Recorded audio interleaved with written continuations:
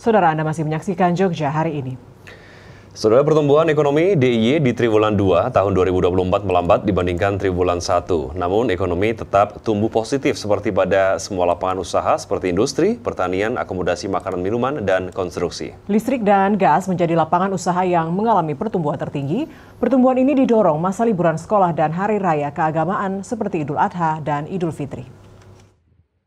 Badan Pusat Statistik BPS Daerah Istimewa Yogyakarta (DIY) melaporkan pertumbuhan ekonomi DIY mengalami perlambatan pada triwulan 2 tahun 2024.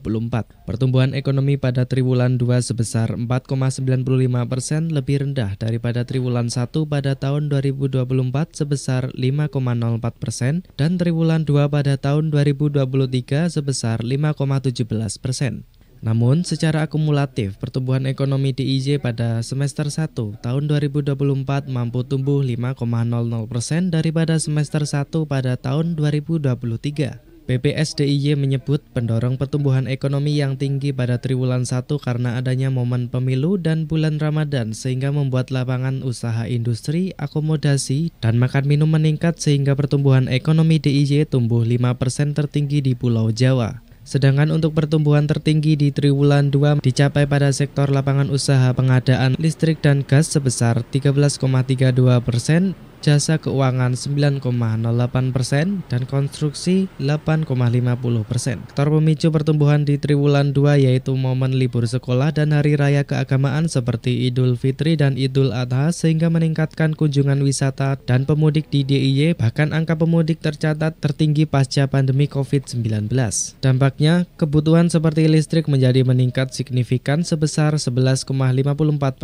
Kepala BPS DIY Herum Fajarwati mengatakan pertumbuhan ekonomi DIY di triwulan 2 tetap tumbuh positif, hanya lebih lambat daripada triwulan 1 tahun 2024. Misalnya, sektor listrik dan gas yang tumbuh tinggi mencapai 2 digit sebesar 13,32, tapi share-nya rendah hanya sebesar 0,14%. Herum Fajarwati juga menyebut adanya fenomena-fenomena pergeseran yang terjadi pada triwulan 2 tahun 2024 seperti sektor pertanian tumbuh lebih tinggi pada triwulan 2 karena adanya panen raya, padahal biasanya terjadi pada semester 1. BPS DIY menyebut faktor El Nino menjadi penyebab pergeseran masa tanam padi.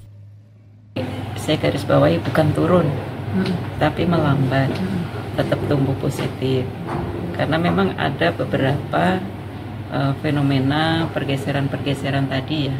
Kalau secara pertanian tumbuhnya memang lebih bagus karena panen raya ada di triwulan 2.